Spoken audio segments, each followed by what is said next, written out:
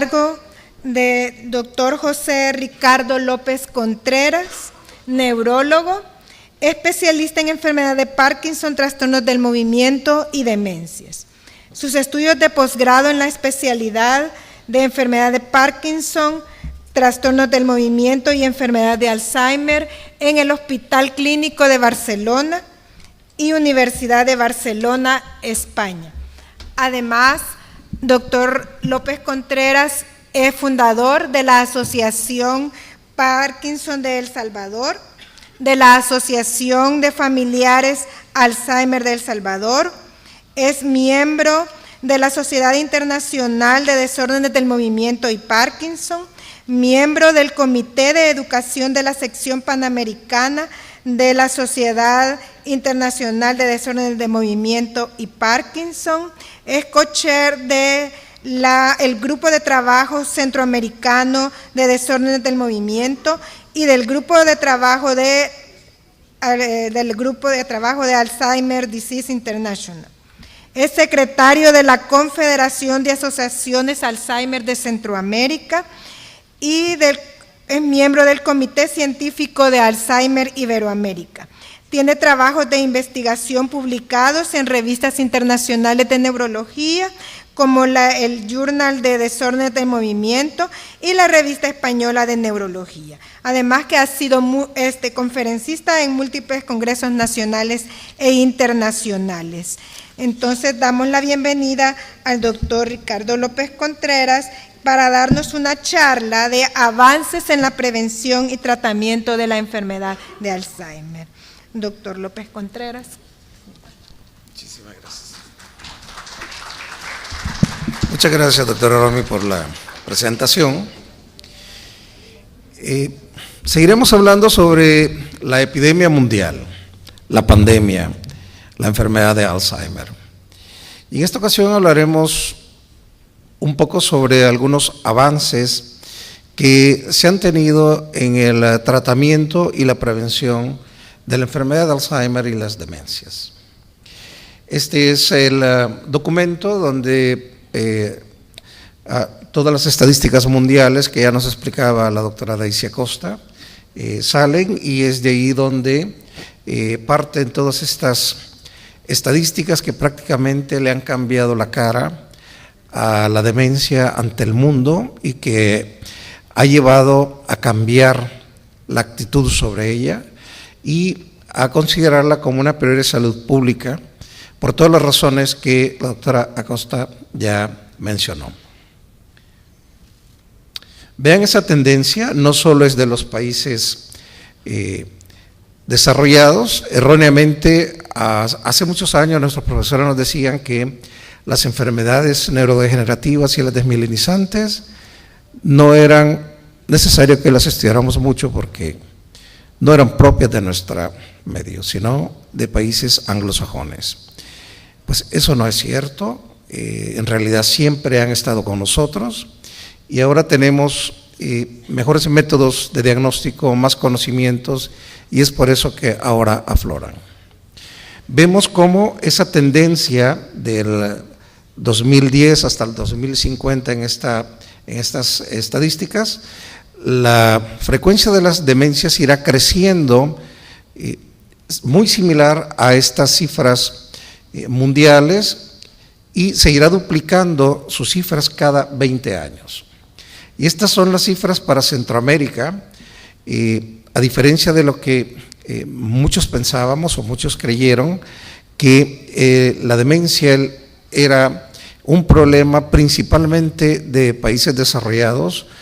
Esto no es cierto. El problema es de países subdesarrollados, de bajos o medianos ingresos como el nuestro, y vemos cómo el número de casos nuevos de demencia, si los medimos estas proyecciones de 2015 al 2050, en la mayoría de países del mundo va a crecer alrededor en un 200%, pero en el área centroamericana crecerá hasta un 435%, siendo el área centroamericana la región en donde la demencia crecerá más en todo el mundo. Así es que es un problema nuestro, es un problema de Centroamérica, es un problema de El Salvador y debemos de estar muy conscientes de ellos. Imagínense lo que pasaría, lo que va a pasar si no hacemos nada. Para el 2050 se estima que tendremos alrededor de 6.3 millones de personas con demencia en toda Centroamérica. El país, nuestro país, El Salvador, tiene 6 millones de habitantes. Imagínense todo El Salvador lleno de personas con demencia. Eso pasará si no hacemos nada ahora. Estas son las cifras que se estiman para nuestro país, para una población de alrededor de 6 millones, más o menos medio millón de adultos mayores de 60 años, pues de acuerdo a la prevalencia calculada por ADI, teníamos para el 2015 unos 51,000 personas adoleciendo algún grado de demencia. En este momento andan alrededor de los 56,000 personas con demencia. Sin embargo, en las estadísticas no lo vemos. En realidad, vemos todos los días pacientes con demencia en nuestra clínica, pero no los identificamos. Debemos identificarlos, debemos diagnosticarlos, debemos tener la conciencia de que existe y buscarlos de manera activa, porque ese es el gran reto que tenemos en El Salvador y toda Centroamérica, detectar todas estas personas que ya están adoleciendo casos muy leves de demencia que muchas veces erróneamente son confundidas como envejecimiento normal, entre comillas. No, esto no es parte del envejecimiento normal y aún no son diagnosticados y tampoco le estamos dando ayuda con un diagnóstico temprano y las terapias sintomáticas y no farmacológicas con las que se disponen actualmente, con las que se puede mejorar su calidad de vida. Y el otro problema tampoco es que estamos diagnosticando y ayudando a la otra gran víctima oculta de la enfermedad, el cuidador y la familia. Estas son las cifras estimadas por ADI de prevalencia en El Salvador, un 8.4%. Se estima que alrededor de 7,000 casos nuevos de demencia estarían apareciendo en nuestro país. Y así es como irá creciendo la cantidad de personas con demencia en nuestro país. Para el 2015, 51,000, para el 2030 subirá a un 76 a 76,000 y para el 2050 habrá hasta 134,000 personas con demencia y ahí es la tendencia que tenemos, muy idéntica a la que se describe en el resto de países del mundo. Esta es una estadística que estamos llevando a cabo en la red de clínicas de memoria que estamos implementando en el Seguro Social y tenemos un perfil de causas de demencia muy similar a las mundiales. Ante esta emergencia, pues la OMS el año pasado ya aprobó el Plan de Acción Mundial sobre la respuesta de salud pública a la demencia, en donde se exhorta a todos los países miembros de la OMS a crear planes nacionales de Alzheimer. Nosotros en mi institución desde hace un par de años estamos trabajando en un programa subnacional de red de clínicas de memoria, no solo atendiendo a las personas con deterioro cognitivo y demencia, sino dando tratamiento sintomático, terapias no farmacológicas y por primera vez atendiendo al paciente invisibilizado, que lo queremos hacer visible, el cuidador y la familia. Hay diferentes tipos de demencia, hasta 70 causas, la mayoría son las neurodegenerativas y muchas veces queremos erradicar el término de demencia senil porque es inapropiado, es peyorativo y en realidad no dice nada. Es como decir que alguien tiene fiebre pero no le decimos por qué tiene fiebre. Entonces, este es un término que deberíamos evitar y no utilizar. Esta es la evolución del deterioro cognitivo desde lo normal a la demencia. A veces es difícil diferenciar las diferentes etapas, Esta es la concepción antigua del Alzheimer, que se pasaba de ser normal y directamente a demencia. Y este es el nuevo concepto como un continuum que va de lo normal al deterioro cognitivo leve, que el deterioro cognitivo leve son aquellas personas con fallos de memoria que no es normal para la edad, pero que tampoco cumplen los criterios de demencia porque esos trastornos no son lo suficientemente intensos para cumplir dichos criterios. Esa cantidad de personas es la más grande que vamos a ver en la consulta diaria. Y si me ayudan con las imágenes. Vamos a ver a continuación, o nos vamos a imaginar que estamos viendo en la pantalla, cómo hipotéticamente van apareciendo las diferentes alteraciones de los marcadores bioquímicos en la enfermedad de Alzheimer. Actualmente, cuando hablamos de diagnóstico temprano de la demencia, ¿qué tan temprano es ese diagnóstico que estamos haciendo? Cuando decimos es una demencia leve, moderada y severa. Pues cuando ya hacemos el diagnóstico de demencia leve, estamos hablando de la fase terminal de la enfermedad, es decir, la fase con síntomas leves de la fase terminal de la enfermedad, la fase moderada y severa. ¿Por qué razón? Porque 15 o 20 años o más, la enfermedad ya empezó de manera silente. Y es como en esta pantalla que están viendo, que no la vemos usualmente porque no tenemos biomarcadores en nuestro país tampoco, van apareciendo de manera silente durante muchos años. Se va apareciendo en primer lugar la cascada fisiopatológica de la enfermedad, déjeme que se vea aquí. Ahí. Va apareciendo la cascada de la beta-amiloide y van apareciendo los marcadores biológicos, primero el beta-amiloide, la acumulación de placas neuríticas, la proteína tau va apareciendo. Déjemelo ahí.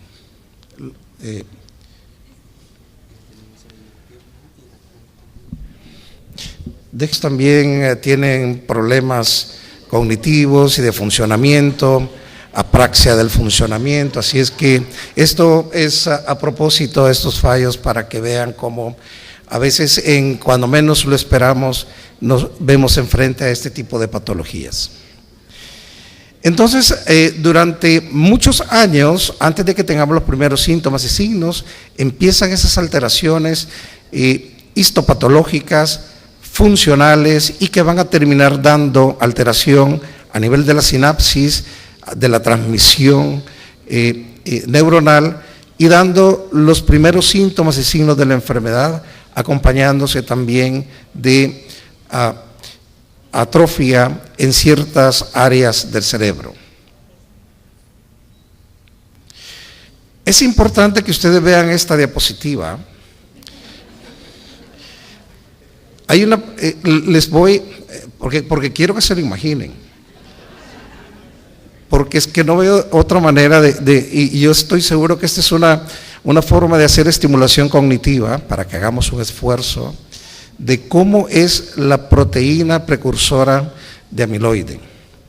Imagínense una proteína pegada hacia la pared celular de la neurona, y hay dos enzimas, una que se llama alfa secretasa y beta secretasa, que la corta en 3 segmentos. Normalmente estos segmentos que queda, el segmento de en medio es el beta amiloide de 40 aminoácidos, que es el que usualmente tenemos en nuestro cerebro y que normalmente se elimina. Pero en las personas con enfermedad de Alzheimer, por algún motivo, estas dos enzimas se equivocan y producen un beta-amiloide no de 40 aminoácidos, sino de 42 aminoácidos, que no es soluble y que no se elimina y que se acumula dentro del cerebro. Esto es el inicio de la cascada fisiopatológica de la enfermedad, que luego nos va a dar daños funcionales y estructurales. Estos segmentos de beta-amiloide de 42 aminoácidos se irán acumulando fuera de la célula hasta hacerse acúmulos y crear las placas de beta-amiloide. Y también posteriormente existe una proteína que dentro de la célula, dentro de la neurona, que se llama proteína tau, y que hay una fosforilación anormal de esta proteína. La proteína tau es como las columnas del edificio que lo sostienen, pero esta fosforilación anormal hace que estas columnas sean inestables y que colapsen, como en un terremoto colapsa un edificio. Y esto hace que se formen los agregados neurofibrilares. Estas dos estructuras histopatológicas, porque nos hemos metido dentro de la célula y en el exterior de la neurona, que están viendo ustedes ahí en la diapositiva, son los dos cambios histopatológicos que vemos a nivel del cerebro, y es ahí donde actualmente se está trabajando en nuevas alternativas de tratamiento para la enfermedad de Alzheimer. ¿Cómo detener esa cascada fisiopatológica de la enfermedad? Actualmente contamos con algunos medicamentos sintomáticos, dentro de ellos los inhibidores de la acetilcolinesterasa, pero son sintomáticos, es decir, están cuando hemos fracasado totalmente y el paciente tiene síntomas, es al final de la cascada. Que uno de los problemas principales en la enfermedad de Alzheimer es la deficiencia de acetilcolina. Y estos inhibidores de la acetilcolinesterasa lo que hacen es aumentar las concentraciones de acetilcolina a nivel de la sinapsis, entre una y otra sinapsis. Pero la muerte celular acelerada, la apoptosis, y la pérdida excesiva y progresiva de sinapsis, es decir, de interconexiones entre el cerebro y desconexión de una área con muchas áreas del cerebro, se ha ido perdiendo. Entonces estos medicamentos no van en ningún momento a enlentecer la enfermedad, pero sí va a producir algunos cambios positivos, principalmente en las actividades de la vida diaria del paciente. Y eso también es muy beneficioso para la familia y el cuidador, porque mientras nuestro paciente sea más independiente, además de ofrecerles una mejor calidad de vida, va a ser menos dependiente y menos carga al cuidador. El paciente, el cuidador y la familia sufrirá menos de síndrome del cuidador.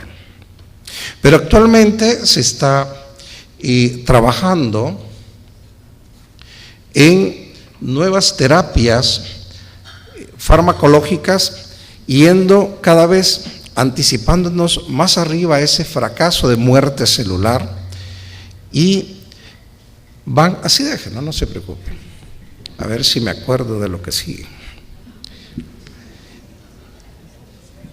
Entonces se han intentado múltiples medicamentos como antioxidantes, habrán oído de antiinflamatorios no esteroidales, pero que no han mostrado en estudios controlados ser adecuados para el tratamiento. También actualmente, y ese es el nuevo boom, de estar utilizando medicamentos de alta tecnología, anticuerpos monoclonales contra las placas neuríticas de beta-amiloide que permiten limpiar o disminuir la acumulación de beta-amiloide dentro del cerebro, pero que desgraciadamente ninguno ha mostrado ser beneficioso y muchos estudios se han amparado debido a efectos secundarios. Hay algunos laboratorios importantes en el mundo que han publicado que se retiran de la lucha contra el Alzheimer. Sin embargo, hay otra buena cantidad de empresas farmacéuticas que están trabajando activamente buscando nuevas alternativas de tratamiento. Hay muchísimas alternativas que se están buscando a nivel experimental, muchas se han ido abortando en el tiempo, otras van progresando. Últimamente se está trabajando en bloquear o inhibir esas enzimas, la beta amiloide, la beta secretasa y la alfa secretasa, que cortan en 3 segmentos la proteína precursora de amiloide, para ver si se puede disminuir esa producción anormal de beta amiloide de 42 aminoácidos. Pero la semana pasada ya fue publicado que no ha mostrado ningún efecto terapéutico en estudios controlados al compararlos con controles contra placebo, y sí ha tenido efectos secundarios. Sin embargo, hay otros medicamentos que van en curso.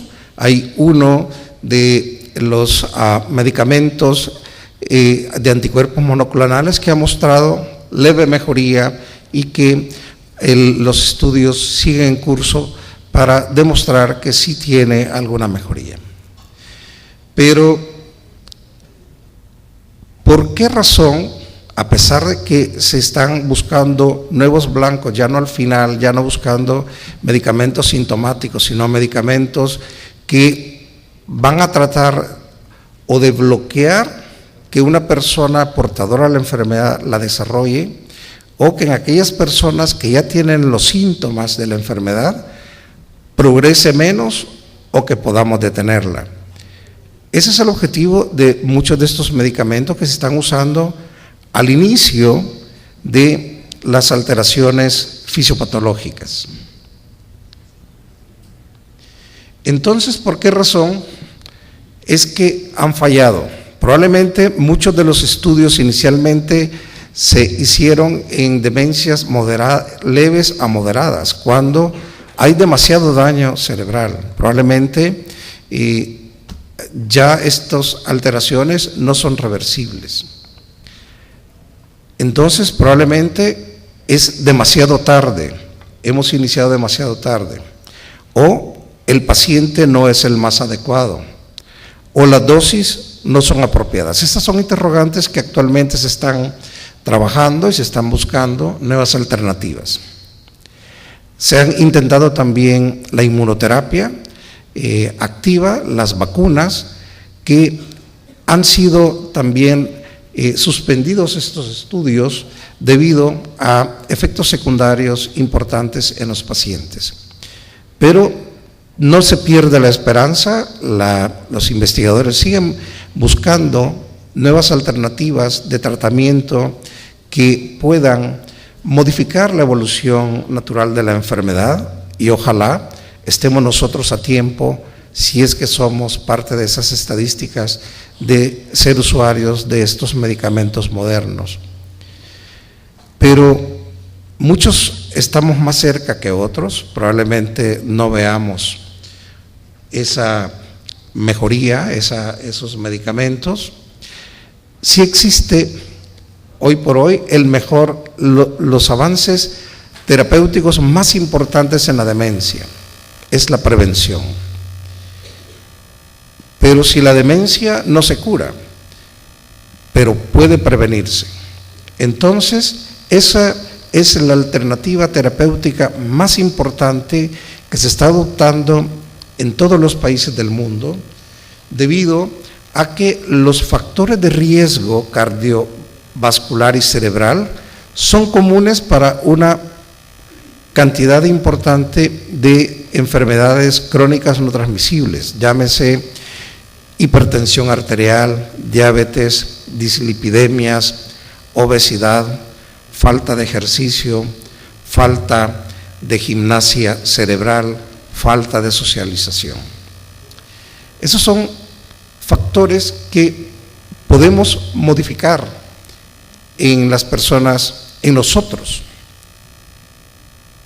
Otros no podemos cambiarlos, como la edad y la genética.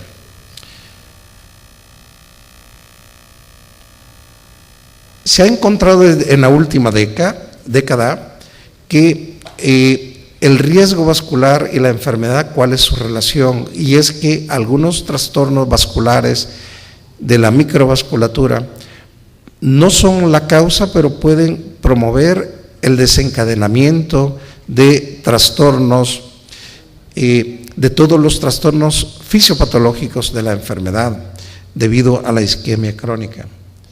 Y muchos de estos factores de riesgo cerebral cardiovascular llevan a favorecer que se acumule beta-amiloide, que se acumule también proteína tau, que exista una disfunción fisiológica normal de las neuronas y que promueva la apoptosis cerebral.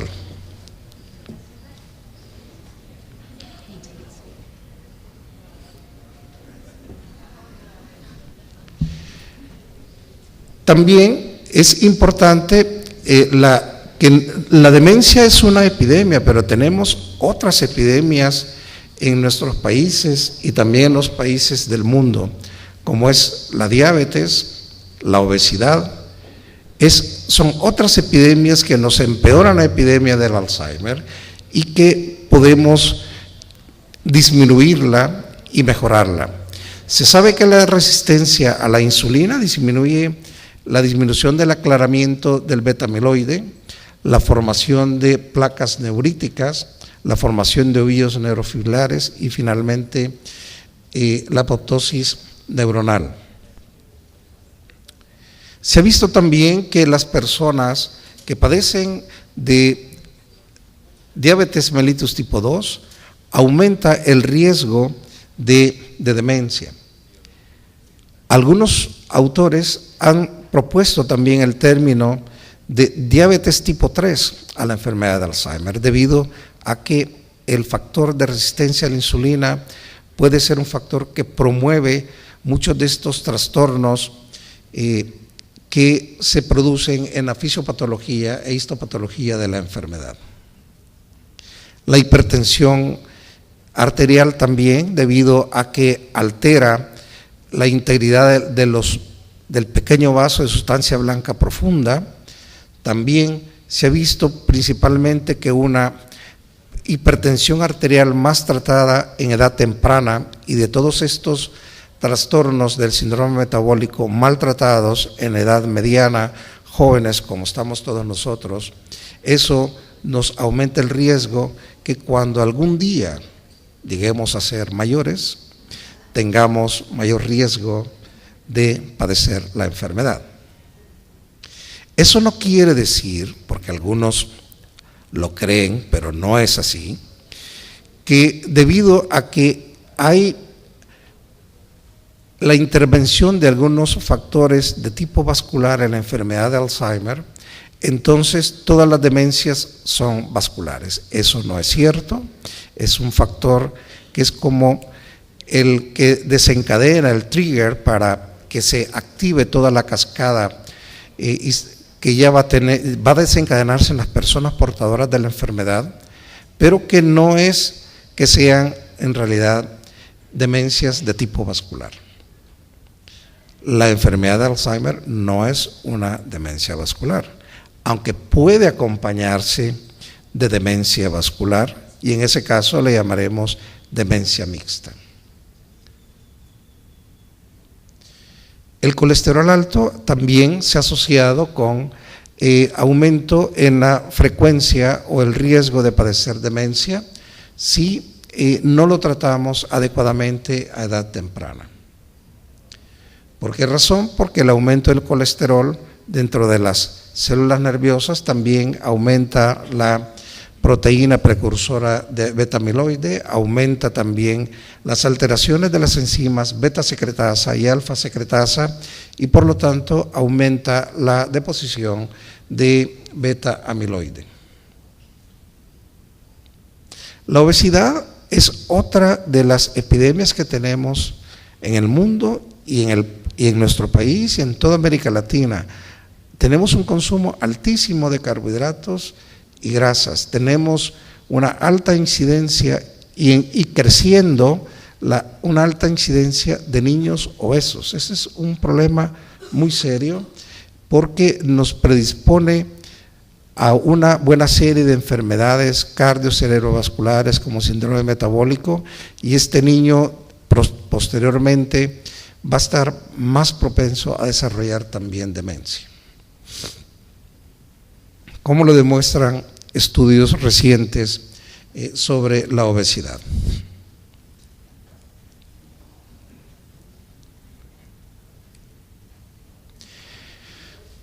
Pero puede reducirse la demencia.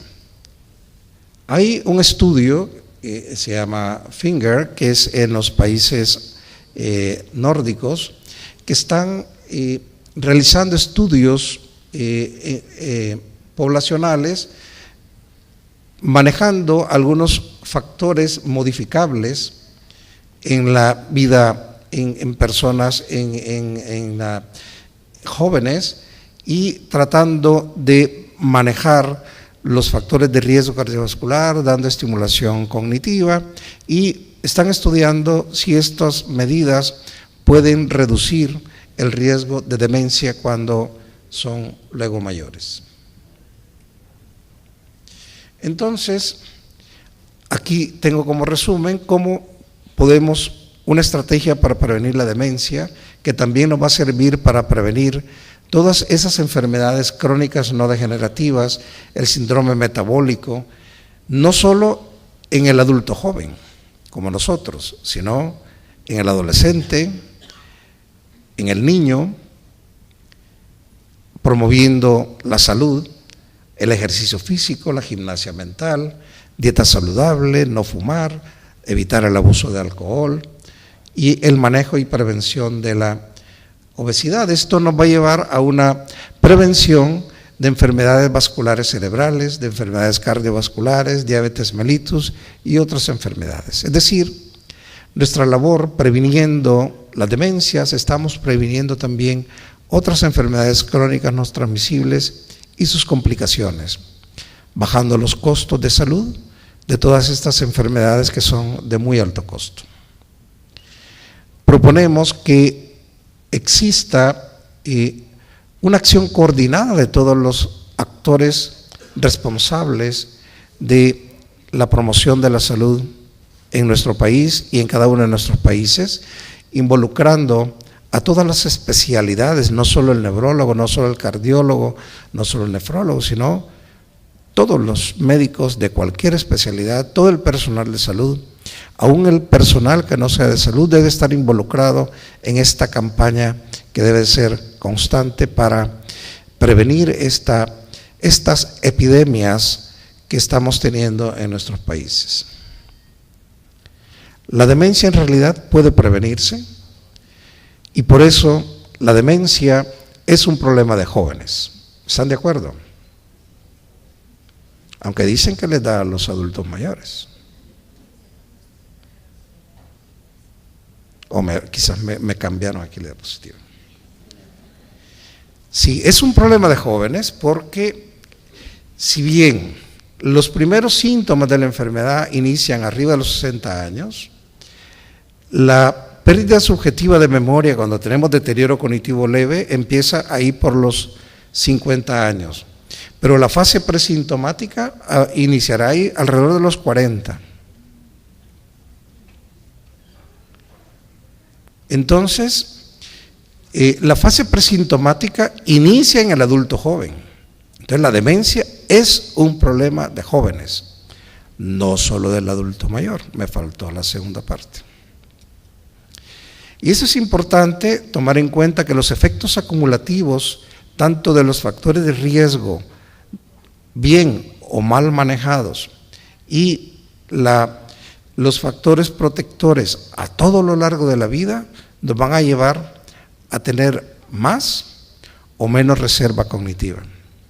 La reserva cognitiva es la moneda cognitiva de nuestro cerebro, que es la sinapsis. Cuanto más actividad cerebral hacemos, cuanto más actividades intelectuales, nuevas sinapsis. Un nuevo aprendizaje, somos hábiles porque hay nuevas sinapsis, hay nuevas conexiones. Somos más eficientes en nuestras actividades de la vida diaria.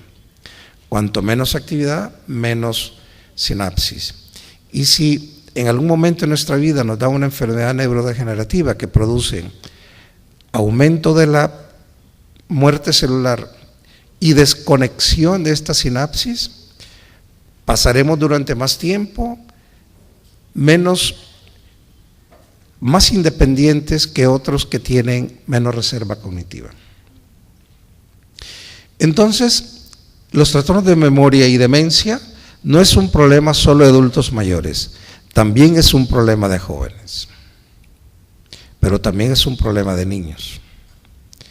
Y la prevención debe iniciarse desde la infancia, es más, antes de la concepción, en la mujer, durante el embarazo, durante la niñez, durante toda la vida. Y por eso los nuevos conceptos del manejo por cursos de vida, porque estos factores protectores o estos factores que nos van a llevar al deterioro cognitivo están con nosotros desde antes que nacemos, desde el momento del nacimiento, desde que somos niños, adolescentes, jóvenes y adultos mayores. Y debemos ejercer en cada una de estas etapas diferentes estrategias preventivas. Por lo tanto, la demencia no es exclusiva del neurólogo, del psiquiatra, del geriatra, del internista. También es del pediatra, también es del ginecólogo, es de todos. Y sí podemos reducir el riesgo y podemos aconsejar a nuestros pacientes conseguir 5 consejos sencillos. Cuidar el corazón, todo lo que es bueno para el corazón es bueno para el cerebro, mantenerse activo, evitar el sedentarismo, hacer una dieta saludable, desafiar al cerebro aprendiendo nuevas cosas y socializar. Queremos agradecer en esta ocasión a la doctora Daisy Acosta, quien vino a hacer un entrenamiento sobre el grupo 1066 El Salvador, que esperamos hacer pronto este estudio, y quería presentarle parte de los miembros del grupo 1066 El Salvador que nos han tenido encerrados trabajando duro toda esta semana. Gracias, doctora Daisy Acosta, por brindarnos todos esos conocimientos. Muchas gracias.